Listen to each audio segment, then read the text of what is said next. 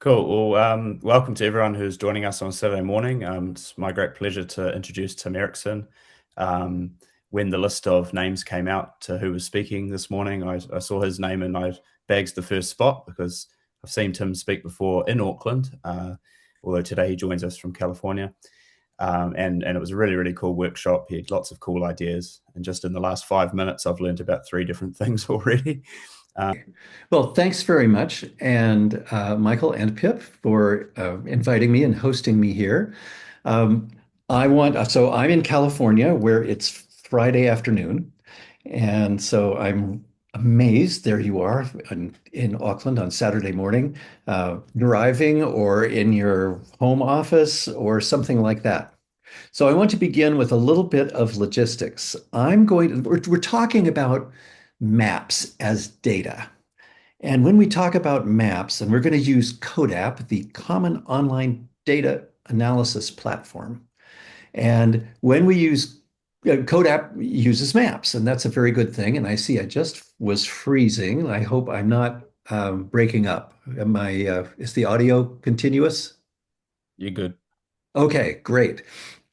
And so I hope you have some experience with CODAP. If you don't, it's easy to learn. And if you need particular help, just scream a little bit and we will help you out. Um, the logistics, let's see. If you are sitting in front of your computer and since we're not in an actual physical presence, if we were in physical presence, there would be a projector that would project my screen, which I will shortly share with you. And then you would be able to see what I was doing, and then you could do what I was doing on your screen while you were able to see the other screen. If you have two screens, you can still do this by putting my screen on one of your screens and your screen is the other one. If you do not have two screens, this becomes logistically challenging, but I'm going to trust that we are all technical adults who have experienced this problem and that you know how to find different tabs in your browser and things like that. So if you have a lot of trouble, oh, you probably saw the icon that he put up that said mute yourself. That's probably a good idea, but we have few enough people that if you get in trouble, unmute yourself and yell at us and say, wait, stop. And then we can wait and stop. That'll be fine. Let's see, what else is in my list? Yeah, coping with your screen, coping with tabs. Okay, why maps right now with me? Well, the reason I'm going to talk about maps is because Pip asked me to talk about maps. And maps are important for us who are interested in data analysis at the school level, partly because we are so used to traditional data that is numeric or categorical, and looking at visualizations that are traditional graphs with two axes that are at 90 degrees to one another. Maps are different, and they're very important data, and none of us, myself included, know how to really teach about maps. So we're at the beginning of this. And so it's kind of exciting that we get to see what students do with maps, and we have now technology to help us do stuff we never could do before. Now, the other thing I have to say with regard to logistics, I am speaking in a West Coast American accent, and um, I think that you can probably understand me better than I can understand you because you probably have more television shows that come from California than I have television shows that come from Auckland. However, if you have trouble understanding me, let me know, and I will slow down and make my consonants as clear as possible.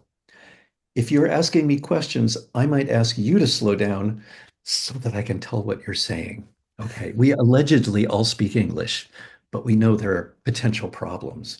Okay, so we have these new data types using maps. And so geography, how does geography help us understand our world? How do we use mathematics in a geographical context? So that's what we're looking at. And we have three learning goals today. I have one is using CODAP to make maps.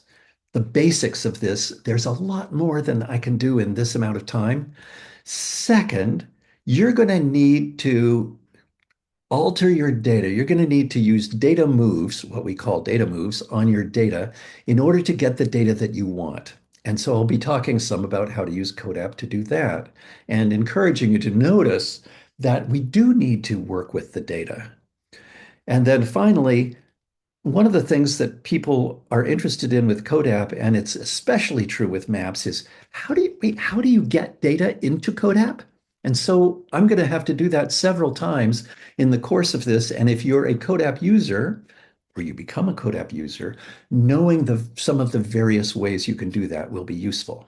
Okay, I'm going to share my screen, and my understanding is you have a link to a Google Drive folder. Whoops, no, I don't want to do that. I want to click a Google Drive folder in which all this stuff is. So I'm going to go desktop 2, that's the one I want, and I click share. And if you have your Google Drive folder, No, Tim, it, can you share the link to the maps? Can you put that maps and landing page as a well, okay. So what I'm going to do is I'm going to put a link to the folder in the chat. That's perfect. uh, Thank you. Okay, so I have to find the is it a chat. There's the sharing chat. link? Oh, Cool. You'll need to make sure it's you've done the sharing link. have I thought you shared it. I've made it share. Anyone with the link can view. Because Yeah, you own it. I do, and I've done that. But Okay, great. um, Okay, so the top item in this folder is CODAP and Maps landing page, and that looks like this. And so I think all you participants, if you're doing the stuff, you could just watch if you want, but doing things is always better if you can. If you're doing the things, get this page up and leave it in a browser tab so that you can always get back to it. Because I'm going to be going back to it all the time during the next 34 minutes or whatever it is. Okay, so I see a number of people are here. I'm going to proceed and we'll see how it goes. So it's introduction, logistics hub, new data types, learning goals. We did that. Okay, I'm now going to start with locations, points. Tall buildings in Auckland. Pip gave me this data set, and it has a really interesting property that I'm looking forward to showing you. And here's how we're going to generally do these things. We need a CODAP document in order to do this work. And so I'm going to zoom my notes. Okay, never mind. We're going to get rid of this. I'm going to go to a new tab, and I'm going to go to, actually, let's do it this way. A blank CODAP document, and it says, today we're going to use this one up in the important links. And if I do this, yes, I can right click and say open link in new tab. And this is an empty CODAP document. Okay. So I'm going to say create new document, and it's blank. Now we have to go get the data. And so I'm going to go back here and say, wait a minute, where's the data? And he said, tall buildings in Auckland, data from a Google Sheet. Okay, well, it turns out the Google Sheet is in the Drive folder that we talked about before. And so if I go to this Drive folder, so it's in a tab, the link is in the chat to the folder, and in that folder is tallest buildings in Auckland. So I'm going to double click this to open it. And this is a familiar looking Google Sheet. And you can see there are names of buildings, and you have latitude and longitude, the height, which appears to be in meters, the number of floors, the year it was built, what it's for, and the address. So that's it's a nice data set. And I'm going to select all of the relevant cells. I'm going to start up here at the upper left where it says building in A1, and I'm going to scroll down to find the last thing under column H, and I'm going to hold down the Shift key and click to select that rectangle, it's just the rectangle that contains all of the data. Pip, where did this data come from?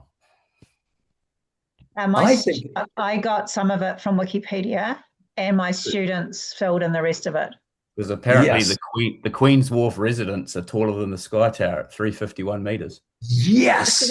And that's great. this is the key thing to look at. So here we go. And so I'm going to go and say copy. Michael has already noticed just by looking at the table, but I'm going to copy this data and I'm going to go back to the tab where I have my empty CODAP document.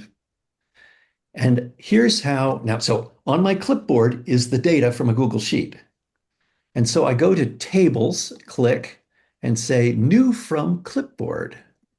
And now all the data are in CODAP. And as you may know, to make a graph in CODAP, you click graph, and now there's this empty graph, and the points are random. But I'm interested in the height because height's important for tall buildings. So I grab the height and I drag it to an axis because we say label your axes. And now we have this graph. And of course, we want to know what's the tallest building. And you look here and it says Queens Wharf Residences. And here, notice when I clicked here, it scrolled to it in the table. And so we see the latitude and longitude and the height, 351 meters, 29 floors, etc. And if you are a numerate person and you live in Auckland and you say 351 meters, that's really tall, that's good, good job. But if you don't happen to know that 351 meters is really tall, you might say, wow, that's great. Green Residence, that's the tallest building in Auckland. But let's do a little more investigation here. One of the things we might want to do is find out how many meters there are for every floor. And so I want to show you how to do this. If I select the table, so I click, ooh, look at this plus sign. So I click the plus and I can make a new column, a new attribute. And I say height per floor. So that's what its name is, but I need to give it a formula. And so I click on it to get a menu and I choose edit formula. And I hope you can do this too. I start to type height and oh, height is with a capital H. And I'm just going to click it because my typing is terrible. And so I divide that by start to type FL floors. Good. Height divided by floors. I apply that and I see these numbers. Then I'm going to make another graph. Why not? And I'm going to put height per floor on it. You see, wow, look at this. This is still Queens Wharf. 12 meters per floor. That is way too much. And there's this one, which is Barclay Suites, which is 10 meters per floor. And practically everything else is in the vicinity of 3 or 4 meters per floor. Which immediately makes me, as a person living in the United States, wonder whether somebody entered it in feet instead of in meters, because there are 3.1 feet roughly in a meter, and that could explain it. And if we go back to the landing page, you will see that I found a page on the internet about Queens Residences. And so I'm going to open that in a new tab. And it says down here, Queens Residences. Let's see, there's one reference, and there's okay, that's a picture. And here's where it is in downtown Auckland. And here its coordinates, and it's 29 floors, and it's 113.2 meters. Oh, it's not 350, it's 113.2. Never mind. We will go back here and we say, oh, instead of being, I'm going to just click here and it will appear. There's 351, 113.2. Is that what I said? And so I can just change it and it goes back into a reasonable place. And here it is at about 4 meters per floor. That's more like it. Well, so this is showing you a little bit of basic CODAP, but we're here to do maps. And so making a map is easy. I'm going to click map. And you see, oh my goodness, here are dots for all these buildings, plus this one, Sentinel. Is that familiar to Yeah. Mm. Okay, Yeah, you it's guys a big know. ugly one. So, but I want to, I'm going to ignore Sentinel. I apologize to Sentinel people, and I'm going to zoom in like this, and I'm going to say, wow, Queen's Wharf is still selected, and it's out here. Huh, that's Queen's Wharf. But if we look back at the thing about Queen's Wharf residences, that's not where it is. So um, the lesson is always be skeptical about your data. Plot your data, make sure it makes sense. And in this case, someone put Queen's Wharf into the computer somewhere and wanted its latitude and longitude. And in fact, that's how we get all these points, is that this data set has columns for latitude and longitude. If it didn't have things called latitude and longitude, or lat and lon, then you would not see any points plotted on the map. So that's just a special thing you have to know in order to get points to plot on the map. And so now I'm going to look at my notes to see that was the first map. So we've done graphs, outliers, cleaning your data. And so now, oh yes, I want to show you a fun next data set. And how are we doing on time? We're okay. We've got a little less than half an hour. I'm going to make yet another brand new CODAP document. And so I'm going to right click here. Whoops, no, that wasn't it. Right click here, make an open link in new tab so I don't lose this. So I'm going to move this over here. I'm going to create, oops, cancel. I'm going to create a new document. It's now blank.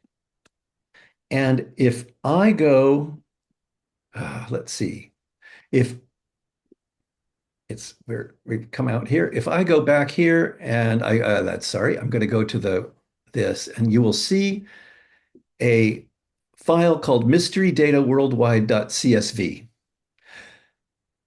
You can download that and do what I'm about to do, but I have already downloaded it and I want to show you what happens if you have a downloaded file. So here,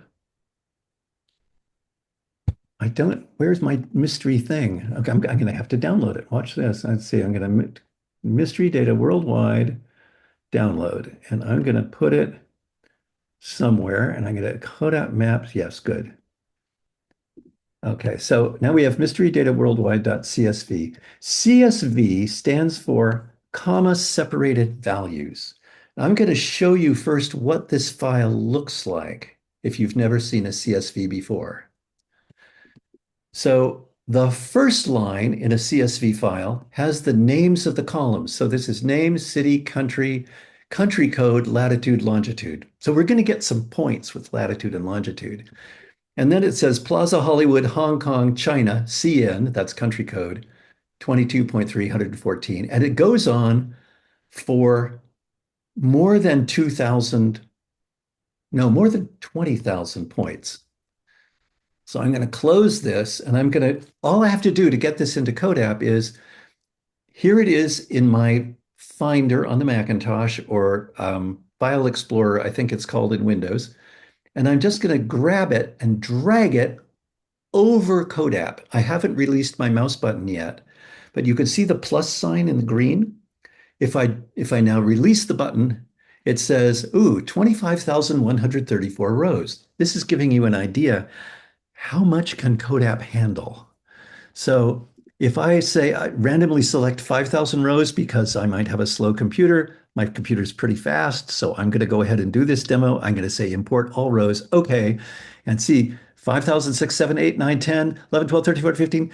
Pretty soon we'll be up at 25,000 cases and 25,133 cases. And we have latitude and longitude.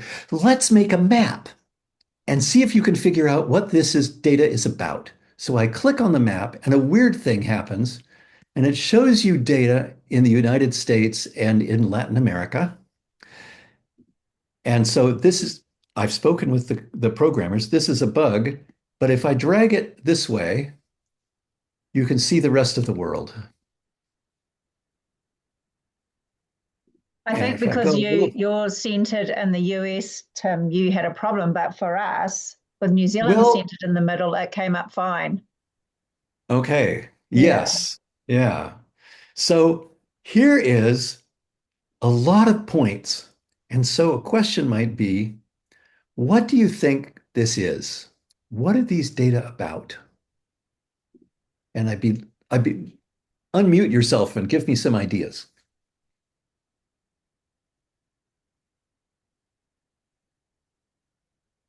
And so I'd be like, what do you notice?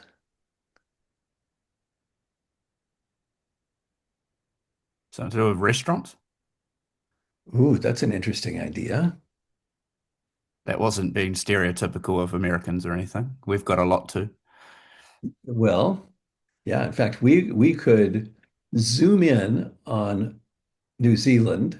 So notice where they are. There's a whole bunch in Indonesia and in Southeast Asia. There's a lot in China. There's a lot in Eastern Europe and in Europe itself. And the UK seems to be overrun with them. The United States is overrun with them. We have a few in Hawaii. Looks like only three in Australia. So I find Malls, this, there's some sort of sorry. shopping mall. If I look at the names for some of them in New Zealand, they're shopping Oh, yeah, malls. some of them do sound like shopping malls, don't they? Yeah. So if I Oh, it's down the road from me. one of them, so Lynn. here's one in Auckland, It's Lynn like Mall literally, Designs. literally where I go to the supermarket. Okay. So what I'd like to do now is a data move we call filtering. And on the map, if I click this thing, this gives me the chance to select points by dragging a rectangle around them. So I have now dragged a rectangle around all the points in Australia and New Zealand, and I would like to get rid of the rest of them. So I'm going to look at View and click it, and I'm going to choose Hide Unselected Cases. So we want to get rid of everything except in Australia and New Zealand. So now they are, and I want to now rescale. And this will make it easier to tell where it is. So it's more than three. There's several in Brisbane, several in Sydney, and a bunch in Auckland and in various other places. Looks like Wellington and Nelson, and this is probably in Christchurch, right? It's one of these is going to be in Dunedin. So it's something that happens urban, and so the idea of malls or a kind of restaurant does make sense. And so I'll tell you, this data set has all the Starbucks in the world. Mm. Okay. And I was so, looking at the map and just wondered, you know, in India there was only 3 or 4 dots, and there are lots of shopping malls, and so I just mhm. wondered, for a populous country with 1.4 billion people, there were only You four need dots, people to four or have five. so few. Right. So But Australia don't like their coffee. and while New Zealanders, you like your coffee, your density of Starbucks is much lower than the United States. And we imagine that people in the subcontinent also like their coffee, but Starbucks may not be in their palate. Here in California, because Starbucks comes from Washington State, here in California, some of us say, friends don't let friends shop at Starbucks because we have our own local coffee places that are. So anyway, you've now seen how to filter and see this thing. Now let's see, what am I gonna do? Possible grouping? Well, no, we're gonna not do that. So these are things we've done with boundaries. I'm sorry, excuse me, just with points. And just for a moment, I'm going to take the country and I'm going to drag it into the middle of this graph. And we can see that we now have a legend that tells us which are in Australia and which are in New Zealand. We know that because we know about the geography. But if we had some other attribute, we could use that here. All right. Next thing on my list, and we got to keep moving because it's not a long workshop. I want to do some things with regions and boundaries. So I'm going to go back to my landing page. We've done this. We saw the cool large mystery data set. And, think, I mean, over 20,000 Starbucks, and we saw all those points. Our computers are getting so powerful and giving us so much information. It's really interesting. And how are we going to do that differently? But anyway, um, I want to look at this pre-built document I made. So this is another way to enter data for New Zealand regions. So I'm going to click here and choose this. And now here is a map. And instead of points, we have areas. And the areas have outlines. And we have data here in the New Zealand regions. And if I drag the name of the region into the middle, I will get um, a legend showing the names of the 16 regions. And this is not particularly useful because you probably know the names of them and they're separated from the graph from the map. And it would be better to have the labels in the map, and CODAP can't put the labels there. But let me instead take population and drag it into the middle. Mm. Now, instead of a categorical legend, we have a continuous legend. And this is by quintiles. So if the population is between 0 and 54,000, it will be here. And if I click on this bottom rectangle, I will select, in this case, the looks like 3 regions that are in the bottom quintile. And I can look at the next highest quintile and the next and the top quintile, which of course includes Auckland, which has the most people in it, right? As well as Wellington and the one that has Christchurch in it was Canterbury, right? Is that what it's called? Yeah, Canterbury. And you can see they're also selected here. Oh, and Waikato is also there. They're also selected in the table. So this is starting to be kind of interesting. And let's look at what else we have in here. We have the population. And if I'm going to stretch this out and cover up part of the map so you can see some of it. Like this number here is the number of people who have identified themselves as ethnic Europeans. We also have ethnic Maori, ethnic Pacific, ethnic Asian, ethnic Malay. Do you pronounce it Malay? Great question. Middle Eastern, American, isn't it? I had to look it up because we don't use this expression, but Middle Eastern, Latin American, African. Yeah, our schools do that code, yeah. And ethnic other, and we also have the GDP of the region in millions of dollars, in millions of New Zealand dollars. And so that's kind of interesting. I can drag this in here and look at that instead. And we say, oh, who has the most? Does Auckland have the most? Well, I don't know. Probably. Maybe not per capita, though. Oh, and he brings up maybe not per capita. Let's calculate per capita. So, and Tim, the Mela is Melanesian from the Melanesian. That is the group. I would have thought Melanesian would be in Pacific. Mm-hmm. And no, so it's Middle East and Latin American for Mela, but it's all right. I'm gonna make a Middle East. Yeah. Need to my time on Pohnpei. No, that's in Micronesia. Pohnpei. Okay.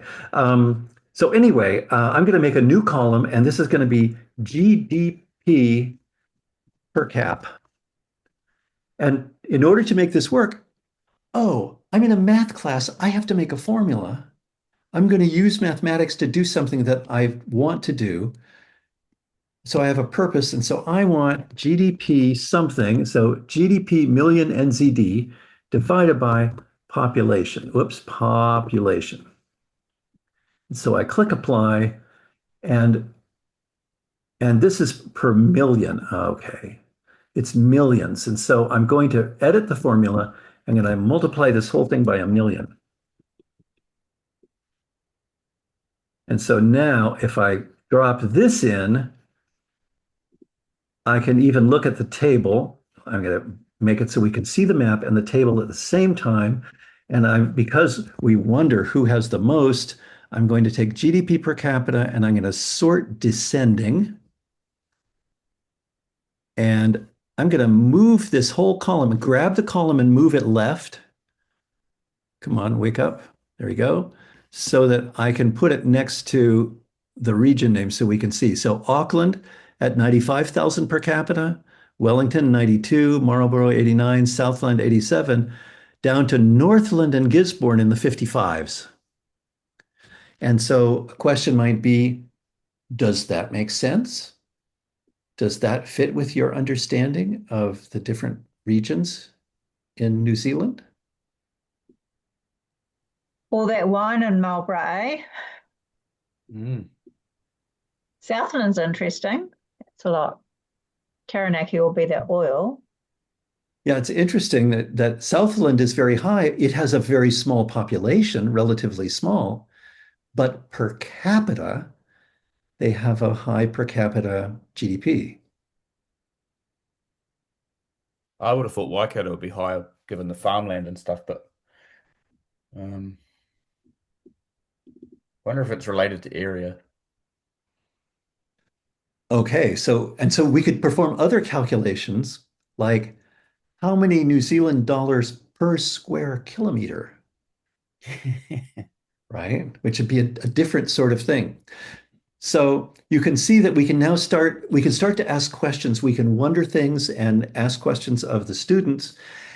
And incidentally, maybe encourage some of our colleagues who teach social sciences to look at data with us. And so I think that's a really intriguing thing. And I think just the numbers are a little boring, but having it in the map as well so that you can see where is it dark and where is it light. Dark is more money per capita. Light is less money per capita. And you get a geographical sense of what's happening. Now, there's one other thing I want to calculate while we're here. And I'm interested in ethnic things. We have about 6 ethnic attributes. And so we could imagine all sorts of different calculations, but I'm going to pick just one. And the one I'm going to pick is the proportion of people who claim to be European.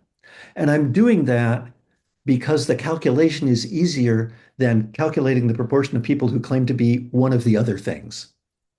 And so this is a measure of whiteness. And we might be saying, oh, so a number that's close to 1 is everybody's European, and a number that's close to 0 is nobody's European. Okay, so I'm going to call this Europrop. And I'm going to just look back and say, oh, we have the thing that's population and eth-European. I'm going to take eth-European divided by population. And I'm going to edit the formula. I'm going to say eth-European. So I'm just going to click it, divided by population, and click apply. And so now I'm going to move this also to the left so we can see it right by the GDP. And I'm going to drop Europrop into this map. And so here's an interesting thing. It made it gray. It picks colors using some algorithm I don't understand. But you have control over what the colors are. So I'm going to pick layers. And for regions, I have a legend color going from gray to gray. And I'm going to want it to, for European, let's make it orange. And for less European, let's make it green. I'm not pretending that we're Catholics and Protestants here. But if I click here, now you see that the west coast of the South Island is very European. And the Northlands and some of these are very not European. And a place like Auckland and here in Waikato is more in between. And I'm also just very curious now that we have this information on, I'm going to use a regular graph, on GDP per capita. I'm going to put that on the vertical axis and Europrop on the horizontal axis and see it. Do we see any relationship between these? So here is low Europrop, high GDP, Auckland. Right? Here is low Europrop, low GDP, Gisborne. But most things have a Europrop between 0.7 and 0.9 and have the entire range of GDP. This is an interesting case. What is this? This is Wellington. More ethnic diversity, less ethnic diversity than Auckland, which is very diverse, but nearly the same GDP. And so you can see we can start to make conclusions and ask some interesting questions. Now, we only have a few minutes left, and so there's some things I'm not going to get to, but you could maybe look at them. But there is a thing I want to show you that has changed my relationship to getting data for CODAP. And that is, suppose I want to get, I mean, it was kind of hard to get all this information. Suppose I want to get information fresh. There are a number of ways to do it. And what I'm going to do is I'm going to create yet another new, I'm going to create yet another new, go there, data add, v3 beta. Okay, yet another new empty document. And I want to get data this time about countries in Europe. And so what I'm going to do is I'm going to bring in an AI. So here's my friend Claude. And Claude says, how can I help you today? I'd like a CSV of European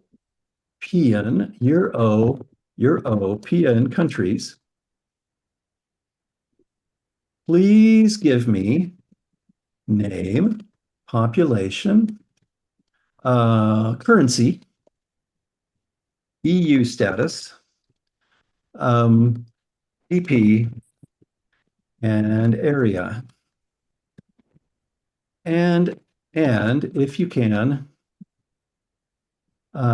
annual military spending. Okay, so we'll let Claude do this for a moment.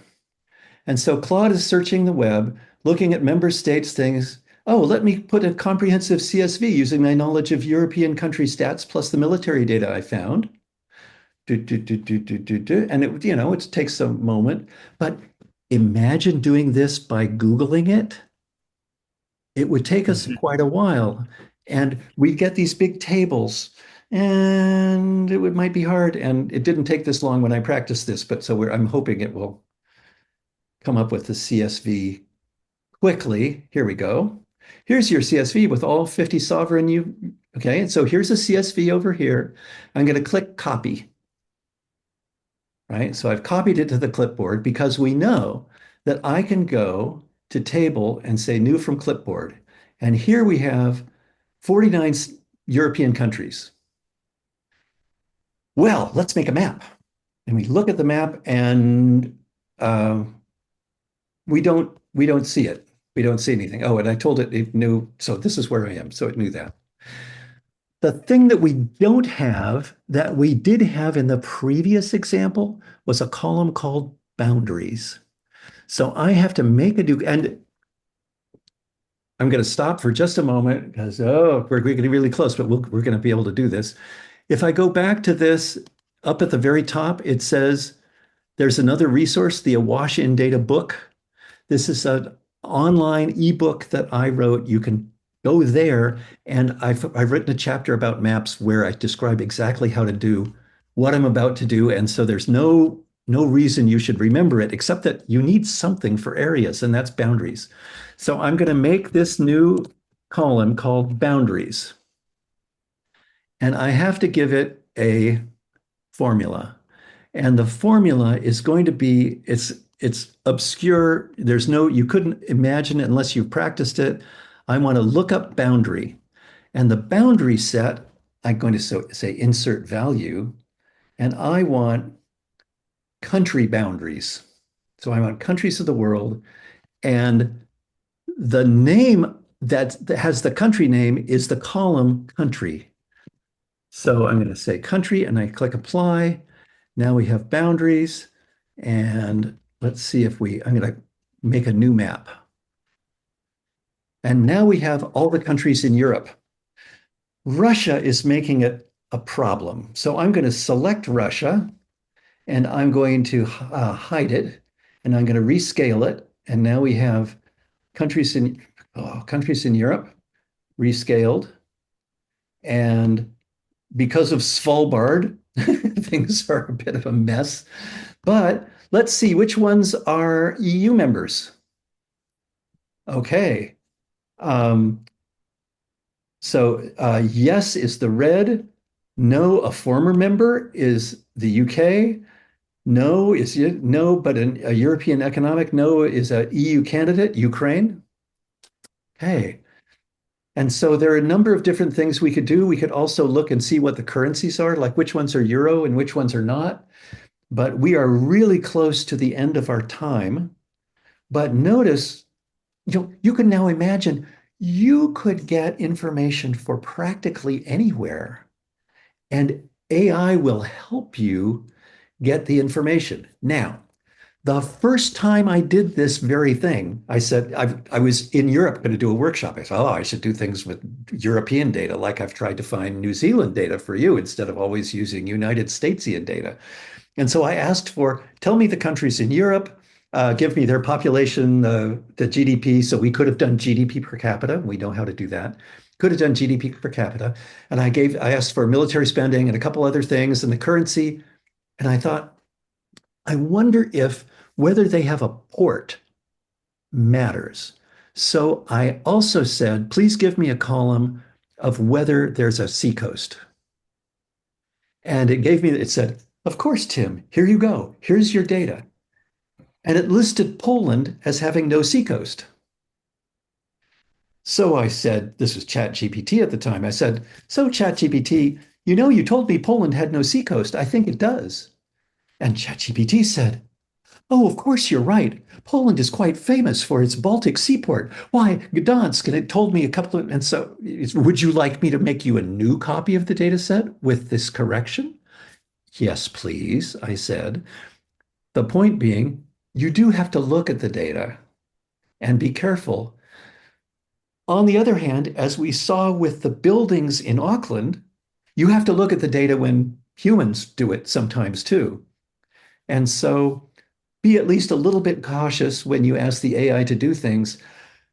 That said, oh my goodness, it speeds up your ability to find an interesting data set, whether you're using maps or not. Next time you think, oh, I'd like to use a data set with my students, oh, it would be so hard to get it off the internet. Ask Claude or ask GPT or ask Gemini. So I'm going to stop sharing my screen because we are out of time. But if you have any quick questions, I think we probably have a couple minutes to try to, because you don't have to walk to another room to get to the next session. But I hope you get to have lunch. No, you don't. Yes, yeah, that's right. You're ready for lunch. I'm almost ready for dinner. That's the thing. So do you have if there are not any questions, just like to thank you on behalf of the AMA. I knew it was going to be a good workshop, and it was really, really good. I didn't know I was going to take the statistical side of things, but that's cool. I wish some of my colleagues, maybe they're watching this in a replay, I wish if they're a little bit on the fence with statistics and stuff, that they can see the power in what you've just presented. That last little bit about AI was really, really cool, because I had a few students that were really into their rugby league, and I well, what should I do for a lesson? Made a little data set on rugby league and salary and experience and stuff, and they were so much more engaged.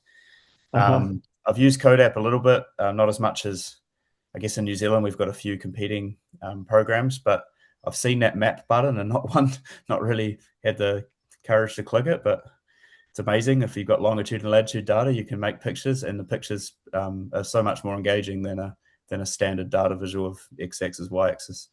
So yeah, it's very interesting. Sharing that, mate. It's really appreciated. And also just the creating of variable stuff. Often in New Zealand, we say that the creating a variable is like an excellence kind of concept, but I can see how like basic numeracy can be like assessed and informally through just creating proportions and per capita stuff. So that's very, very useful and applies to a wide range of our courses that we teach.